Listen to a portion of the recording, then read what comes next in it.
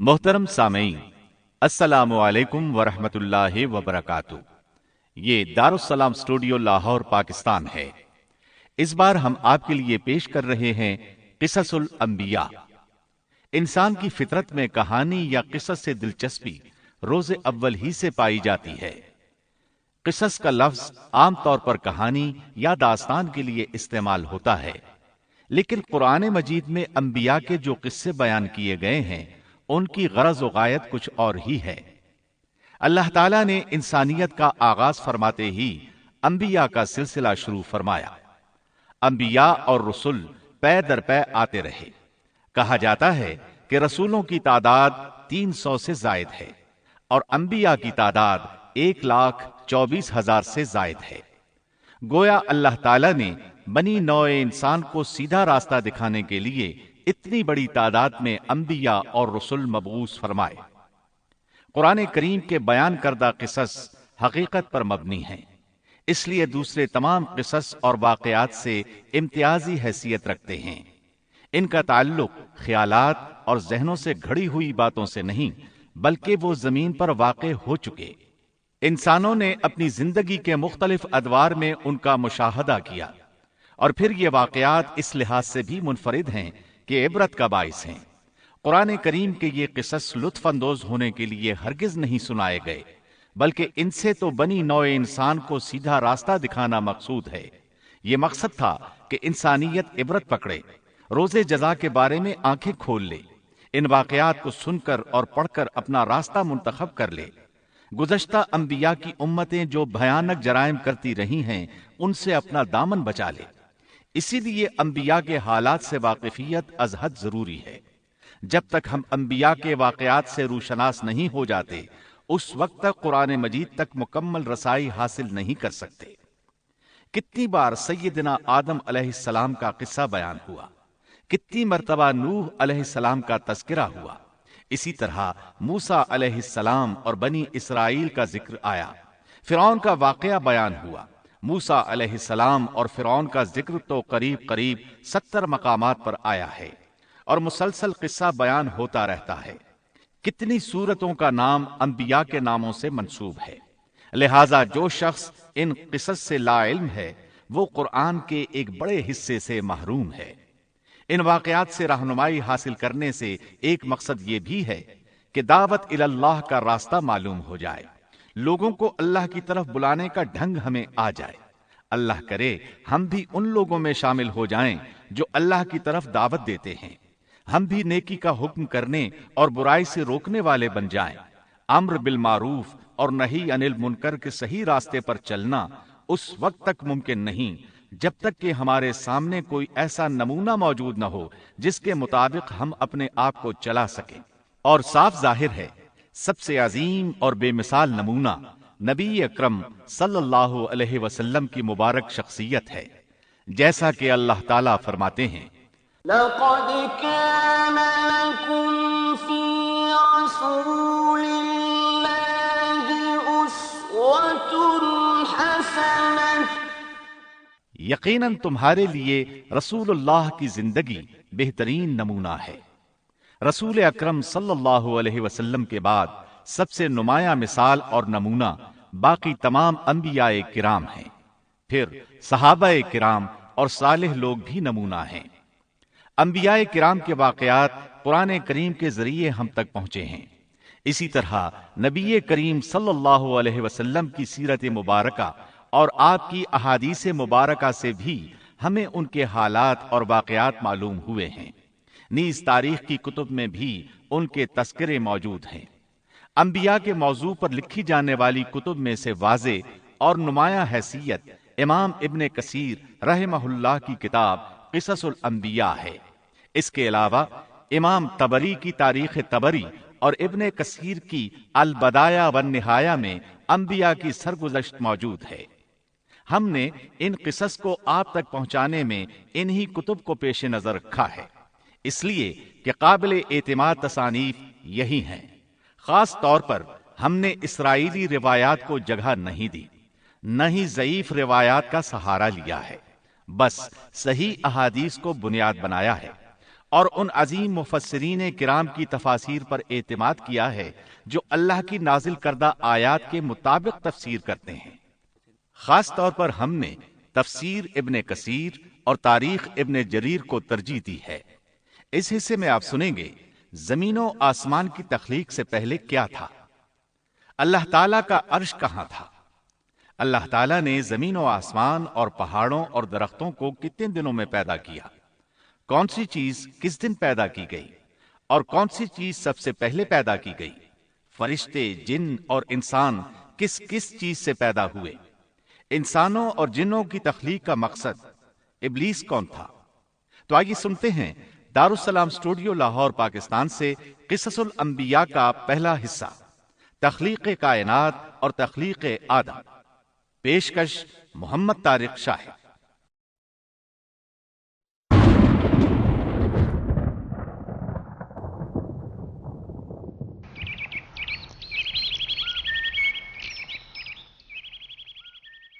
اللہ تعالیٰ فرماتے ہیں اللہ خالق كل شيء وهو على كل شيء وكيل۔ اللہ ہر چیز کا پیدا کرنے والا ہے اور وہی ہر چیز پر قدرت رکھنے والا ہے۔ اللہ الذي خلق السماوات والأرض وما بينهما في 6 أيام ثم استوى على العرش۔ اللہ تعالیٰ وہ ہے جس نے آسمانوں، زمین اور ان کے درمیان کی سب چیزوں کو 6 دن میں پیدا کر دیا، پھر عرش پر جلوہ فرما ہوا۔ مزید اللہ تعالیٰ سورۃ الحدید آیت 4 میں فرماتے ہیں هو الذي خلق السماوات والأرض في 6 أيام ثم استوى على العرش يعلم ما يلج في الأرض وما يخرج منها وما ينزل من السماء وما يعرج فيها وهو معكم أينما كنتم والله بما تعملون بصير۔ وہی ہے جس نے آسمانوں اور زمین کو 6 دن میں پیدا کیا، پھر عرش پر جلوہ فرما ہوا۔ وہ خوب جانتا ہے اس چیز کو جو زمین میں جائے اور جو اس سے نکلے اور جو آسمان سے نیچے آئے اور جو کچھ اس میں چڑھ کر جائے، اور جہاں کہیں تم ہو وہ تمہارے ساتھ ہے، اور اللہ تمہارے اعمال کو دیکھ رہا ہے۔ اسی طرح اللہ تعالیٰ سورہ ہود آیت 7 میں فرماتے ہیں وَهُوَ الَّذِي خَلَقَ السَّمَاوَاتِ وَالْأَرْضَ فِي 6 أَيَّامٍ وَكَانَ عَرْشُهُ عَلَى الْمَاءِ۔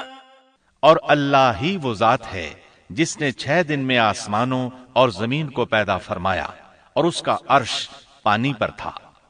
امام احمد بن حنبل رحمت اللہ علیہ نے ابو رزین عقیلی سے بیان کیا ہے، انہوں نے کہا یا رسول اللہ أين كان ربنا عز وجل قبل أن يخلق السماوات والأرض؟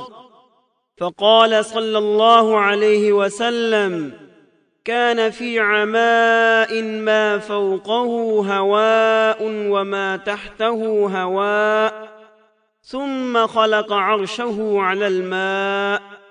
اے اللہ کے رسول صلی اللہ علیہ وسلم، آسمانوں اور زمین کو پیدا کرنے سے پہلے ہمارا پروردگار کہاں تھا؟ آپ نے فرمایا عما میں تھا، یعنی اللہ کے سوا کچھ بھی نہ تھا، نہ اس کے اوپر ہوا تھی اور نہ اس کے نیچے ہوا تھی، مطلب یہ کہ کچھ نہ تھا، پھر اس نے پانی پر اپنا عرش پیدا کیا۔ گویا یہ تھی مخلوق کی ابتدا۔ امام احمد، امام ترمذی، امام ابو داود اور بہت سے دوسرے محدثین رحمہم اللہ نے سیدنا عبادہ بن صامت رضی اللہ عنہ کی روایت بیان کی ہے۔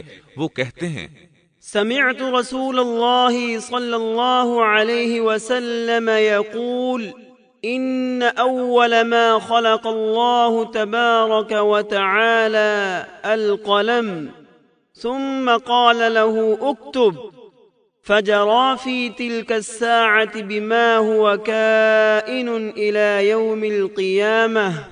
میں نے رسول اکرم صلی اللہ علیہ وسلم کو فرماتے ہوئے سنا، آپ فرما رہے تھے بلا شبہ اللہ نے سب سے پہلے قلم کو پیدا کیا، پھر اللہ نے اس کو حکم دیا لکھ، چنانچہ وہ اسی وقت چل پڑا اور قیامت کے دن تک ہونے والی ہر چیز لکھ دی۔ یہ اللہ تعالی کا علم تھا جس کو قلم نے اس کے حکم کے مطابق لوح محفوظ پر لکھا۔ امام مسلم رحمت اللہ علیہ نے سیدنا عبداللہ بن عمرو بن عاص رضی اللہ عنہما کی روایت بیان کی ہے۔ اس میں سب سے پہلی چیز کے بارے میں وضاحت کی ہے اور جمہور فقہا کی رائے بھی یہی ہے۔ عبداللہ بن عمرو رضی اللہ عنہما بیان کرتے ہیں سمعت رسول اللہ صلی اللہ علیہ وسلم يقول كتب الله مقادير الخلائق قبل أن يخلق السماوات والأرض ب50,000 سنة قال وعرشه على الماء۔ میں نے سنا آپ فرما رہے تھے اللہ تعالیٰ نے آسمان و زمین کی پیدائش سے 50,000 سال پہلے تمام مخلوقات کی تقدیریں لکھ دیں اور اس وقت اس کا عرش پانی پر تھا۔ اس حدیث مبارک سے واضح ہو گیا کہ سب سے پہلے پانی اور پھر پانی پر عرش پیدا کیا گیا، پھر قلم کی پیدائش ہوئی، اس نے تقدیر تحریر کی، پھر آسمان اور زمین کی تخلیق ہوئی۔ اور جس حدیث میں آیا ہے کہ ابتدا میں قلم کو پیدا کیا گیا، اس کا مطلب یہ ہے کہ اس جہان کی مخلوقات میں سب سے پہلے اس کا نمبر ہے، نہ کہ باقی تمام جہانوں کی مخلوقات میں پہلا نمبر ہے۔ اور اس کا تذکرہ بخاری شریف کی اس حدیث میں ہے۔ قال اہل الیمن لرسول اللہ صلی اللہ علیہ وسلم جئناك لنتفقه في الدين وليسألك عن أول هذا الأمر ما كان قال كان الله ولم يكن شيء قبله وكان عرشه على الماء وكتب في الذكر كل شيء وخلق السماوات والأرض۔ یمن سے آئے ہوئے ایک وفد نے رسول اللہ صلی اللہ علیہ وسلم سے کہا، ہم آپ کے پاس دین کی سمجھ اور ابتدائی خلق کے بارے میں پوچھنے کے لیے آئے ہیں، یہ کہ سب سے پہلے کیا چیز تھی؟ آپ نے فرمایا اللہ تھا، اس سے پہلے کوئی چیز نہ تھی، اس کا عرش پانی پر تھا، پھر اس نے لوح محفوظ پر ہر چیز لکھ دی اور آسمان اور زمین کو پیدا کیا، یعنی ابتدا میں پانی پر عرش کی تخلیق ہوئی، پھر قلم کی پیدائش ہوئی، اس نے سب کچھ لکھ دیا۔ علماء کرام کا بیان ہے قلم کے فوراً بعد لوح محفوظ کو پیدا کیا گیا، چنانچہ قلم نے لوح محفوظ میں ہر چیز لکھ دی۔ اس کے بعد کائنات کی باقی مخلوقات اور آسمان و زمین کی پیدائش معرض وجود میں آتی گئی۔ اشیاء کی پیدائش والی ترتیب میں علماء کرام کے کئی اقوال ہیں، اور ہم نے آپ کے سامنے جمہور علماء اور فقہا کی پسندیدہ اور راجح ترتیب پیش کی ہے۔ آسمان اور زمین کی مخلوقات کی ترتیب کیا ہے، اس بارے میں امام مسلم رحمت اللہ علیہ نے سیدنا ابو ہریرہ رضی اللہ عنہ کی روایت پیش کی ہے۔ وہ کہتے ہیں اخذ رسول اللہ صلی اللہ علیہ وسلم بیدی فقال خلق اللہ عز وجل التربة يوم السبت وخلق فيها الجبال يوم الأحد وخلق الشجر يوم الاثنين وخلق المكروه يوم الثلاثاء وخلق النور يوم الأربعاء وبث فيها الدواب يوم الخميس وخلق آدم عليه السلام بعد العصر من يوم الجمعة في آخر الخلق في آخر ساعة من ساعات الجمعة فيما بين العصر إلى الليل۔ نبی اکرم صلی اللہ علیہ وسلم نے میرا ہاتھ پکڑا اور فرمایا، اللہ تعالیٰ نے ہفتے کے دن مٹی کو پیدا کیا، اتوار کے دن زمین میں پہاڑ، پیر کے دن درخت، منگل کے دن تکالیف، مصائب، جراثیم اور بیماریاں، بدھ کے دن نور کو، جمعرات کے دن زمین میں چوپایوں کو پھیلا دیا، اور تمام مخلوقات میں جمعے کے دن کی آخری گھڑیوں یعنی عصر سے رات کے درمیان میں آدم علیہ السلام کو پیدا کیا۔ مطلب یہ کہ ابتدائے آفرینش میں جن مخلوقات کی تخلیق ہوئی ان میں سے آخری مخلوق انسان تھا۔ اس حدیث میں مختلف حالات کو نہایت وضاحت سے بیان کیا گیا ہے۔ اس سے بخوبی پتہ چل گیا کہ ابتدائی مخلوقات کی ترتیب کیا تھی۔ ان میں سے آخری نمبر آدم علیہ السلام کا تھا، جبکہ آدم علیہ السلام نسل انسانی میں سب سے پہلے اور تمام انسانوں کے باپ ہیں۔ انسانوں سے پہلے فرشتے اور جن پیدا ہو چکے تھے۔ صاحب عقل مخلوقات میں سب سے پہلا نمبر فرشتوں کا، دوسرا نمبر جنوں کا اور آخری نمبر انسانوں کا ہے۔ فرشتوں کا اصل ٹھکانہ آسمان ہے۔ اللہ تعالی سورۃ الشورى آیت 5 میں فرماتے ہیں، تكاد السماوات يتفطرن من فوقهن والملائكة يسبحون بحمد ربهم ويستغفرون لمن في الأرض ألا إن الله هو الغفور الرحيم۔ قریب ہے کہ آسمان اپنے اوپر سے پھٹ پڑیں اور تمام فرشتے اپنے رب کی تسبیح اور تحمید بیان کر رہے ہیں اور زمین والوں کے لیے استغفار کر رہے ہیں۔ خبردار، اللہ تعالی معاف کرنے والا، رحمت کرنے والا ہے۔ مسلم شریف میں ہے، سیدہ عائشہ صدیقہ رضی اللہ عنہا سے روایت ہے کہ نبی اکرم صلی اللہ علیہ وسلم نے فرمایا، خلقت الملائكة من نور وخلق الجان من نار وخلق آدم مما وصف لكم۔ فرشتوں کو نور سے اور جنوں کو آگ سے پیدا کیا گیا، اور آدم کو اس چیز سے پیدا کیا گیا جو تمہارے لیے بیان کر دی گئی، یعنی مٹی سے۔ فرشتوں کی تخلیق کے بعد جنوں کو پیدا کیا گیا۔ جنوں کو بھی انسانوں سے پہلے پیدا کیا گیا تھا، جیسا کہ اللہ تعالی سورۃ الحجر آیت 27 میں فرماتے ہیں، وَالْجَانَّ خَلَقْنَاهُ مِن قَبْلُ مِن نَّارِ السَّمُومِ۔ اور اس سے پہلے جنات کو ہم نے لو والی آگ سے پیدا کیا۔ جنات کے بارے میں بہت زیادہ آیات و احادیث موجود ہیں۔ اللہ تعالی فرماتے ہیں، خلق الجان من مارج من نار۔ اور جنات کو آگ کے شعلے سے پیدا کیا گیا۔ مارج آگ کے بھڑکتے شعلے کے کنارے کو کہتے ہیں۔ گویا جنوں کو آگ کی جڑ سے نہیں بلکہ آگ کے شعلوں کے کنارے سے پیدا کیا گیا ہے۔ قرآن مجید میں اللہ تعالی نے ابلیس شیطان کا قول نقل کیا ہے، خلقتنی من نار۔ تو نے مجھے آگ سے پیدا کیا۔ اسی طرح پہلے بھی بیان ہو چکا ہے کہ اللہ نے فرمایا، والجان خلقناه من قبل من نار السموم۔ اور اس سے پہلے جنات کو ہم نے لو والی آگ سے پیدا کیا۔ یہ ہے جنات کی اصل اور بنیاد۔